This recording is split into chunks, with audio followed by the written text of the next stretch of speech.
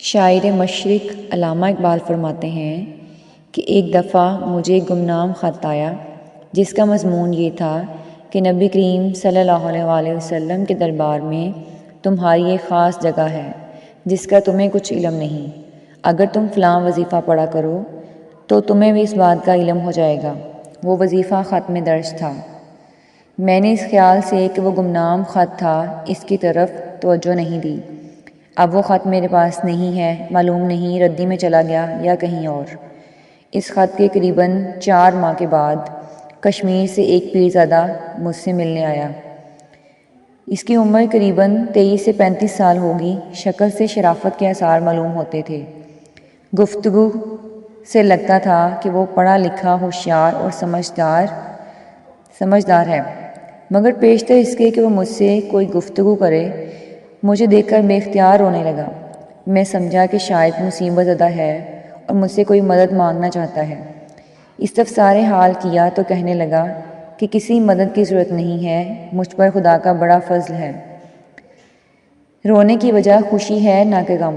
مفصل کیفیت پوچھنے پر اس نے کہا کہ میں سری نگر کے گاؤں کے قریب سے آیا ہوں اور میں نے عالم کشف میں نبی کریم صلی اللہ علیہ وآلہ وسلم کا دربار دیکھا۔ صف نماز کے لیے کھڑی ہوئی تو حضور سرور کائنات صلی اللہ علیہ وآلہ وسلم نے پوچھا کہ محمد اقبال آیا ہے یا نہیں۔ معلوم ہوا کہ محفل میں نہیں تھا۔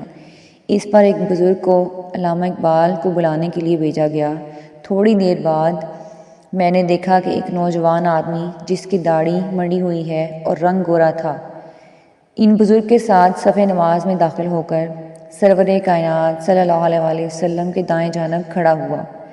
پیرزادہ صاحب کہتے ہیں کہ اس سے پہلے میں آپ کی شکل سے واقف نہیں تھا اور نہ ہی مجھے آپ کا نام معلوم تھا۔ کشمیر میں ایک بزرگ مولوی نجم الدین صاحب ہیں جن کے پاس جا کر میں نے یہ سارا قصہ بیان کیا تو انہوں نے آپ کی بہت تعریف کی۔ وہ آپ کو آپ کی تحریروں کے ذریعے جانتے ہیں، گو انہوں نے بھی کبھی آپ کو نہیں دیکھا۔ اس دن سے میں نے ارادہ کیا کہ لاہور جا کر آپ سے ملوں گا، سو محض آپ کی ملاقات کی خاطر میں نے کشمیر سے یہاں تک کا سفر کیا ہے، اور آپ کو دیکھ کر مجھے بے اختیار رونا اس لیے آیا کہ مجھ پر میرے کشف کی تصدیق ہو گئی، کیونکہ جو شکل آپ کی میں نے حالت کشف میں دیکھی تھی اس سے سرے منہ فرق نہیں تھا۔